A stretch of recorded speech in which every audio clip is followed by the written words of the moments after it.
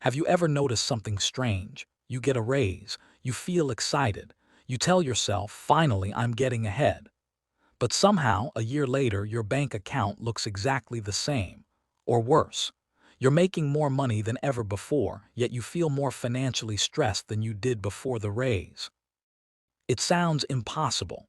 After all, if your income goes up, shouldn't your wealth go up too?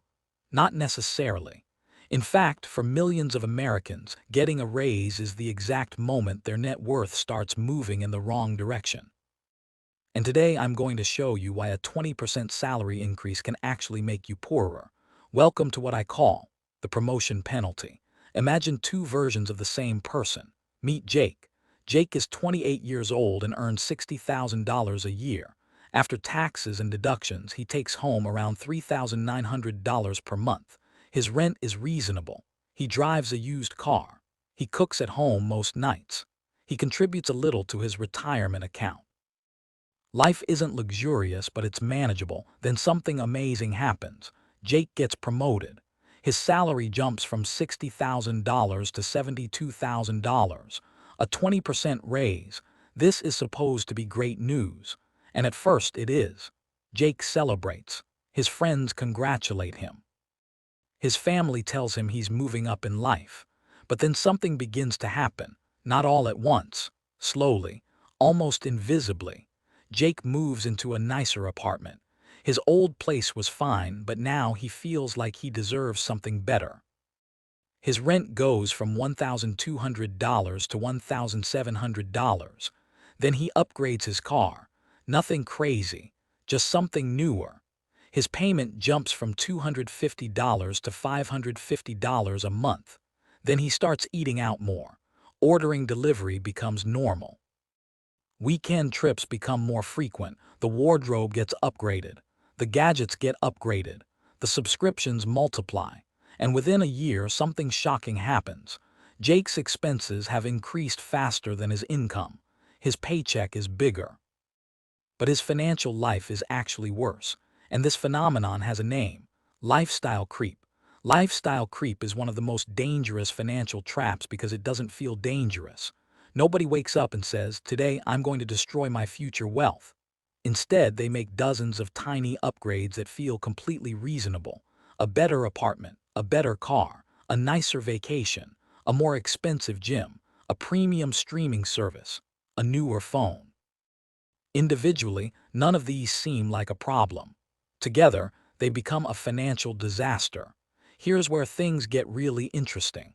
Most people think wealth is determined by income, but wealth is actually determined by the gap between income and spending. Let's say person A earns $70,000 per year and spends $50,000. Person A saves $20,000 annually. Person B earns $120,000 per year and spends $118,000.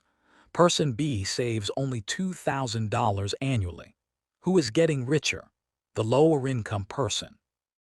Yet society looks at the higher income person and assumes they're doing better. This is why so many Americans look wealthy while quietly struggling. The luxury apartment, the luxury SUV, the luxury vacations. Often, they're financed by future income that hasn't even been earned yet.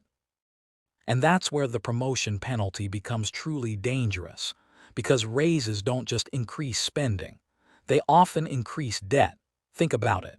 The moment someone gets promoted, lenders start treating them differently. Banks offer larger loans.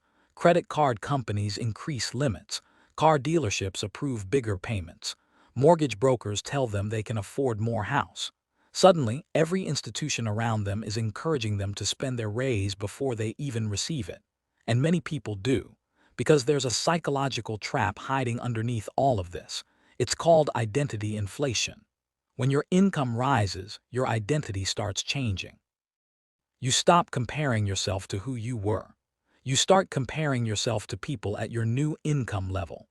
When Jake earned $60,000, he compared himself to other people earning around $60,000. After the promotion, he starts looking at coworkers making $80,000, $100,000, or even $150,000. Their lifestyles become the new benchmark. Their cars look normal. Their houses look normal. Their vacations look normal. And suddenly, Jake feels behind again. The finish line keeps moving, no matter how much he earns. And this is exactly why higher income doesn't automatically create happiness. Research has repeatedly shown that people adapt remarkably fast to improved circumstances. The excitement of a raise fades. The excitement of a new car fades. The excitement of a larger apartment fades. What remains is the monthly bill, every single month, for years. This is why some of the highest earners in America are also some of the most financially stressed. There's actually a term for this group. Henry, high earner, not rich yet. These are people earning six figures who appear successful from the outside but have little actual wealth. Their entire income gets consumed by lifestyle expenses. They have impressive paychecks, but disappointing net worth. And the promotion penalty is one of the biggest reasons why. Now here's the part that nobody talks about. A raise can be one of the most powerful wealth-building tools in existence if you use it correctly. Imagine Jake gets the same 20% raise, but instead of increasing his lifestyle immediately, he freezes his spending. His rent stays the same. His car stays the same. His habits stay mostly the same. That extra income now becomes fuel, not for consumption, for wealth creation. He increases retirement contributions. He invests in index funds. He builds an emergency fund. He pays down debt. Suddenly, every raise creates a permanent increase in net worth, not a permanent increase in monthly bills. This small difference changes everything. Let's do the math. Suppose Jake receives an extra $12,000 per year from his promotion. Instead of spending it, he invests it. If he invests that amount every year and earns an average market return, that single decision could potentially grow into hundreds of thousands of dollars over time. One promotion, one decision, two completely different futures. In one future, Jake upgrades everything. 10 years later, he wonders why he's still living paycheck to paycheck despite earning more than ever. In the other future, Jake lets his investments grow quietly in the background. 10 years later, he has options, freedom, security, and a growing net worth. The income was identical. The outcome was completely different. This is why wealthy people often look surprisingly ordinary. Many understand a simple rule. Every raise does not require a lifestyle upgrade. Sometimes the smartest thing you can do after earning more money is pretend you didn't get the raise at all, at least for a while. Because wealth isn't built through dramatic financial moves. It's usually built through invisible decisions repeated consistently over time. And that's the lesson most people miss. The real purpose of a raise isn't to spend more, it's to own more investments, own more assets, own more of your future. Because the moment every raise gets converted into bigger expenses, you're not becoming wealthier.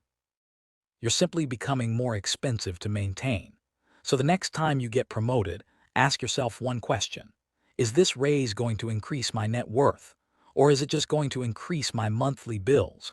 Because that single choice determines whether the promotion becomes a stepping stone to financial freedom or another stop in the promotion penalty. And the difference between those two outcomes can easily be worth hundreds of thousands of dollars.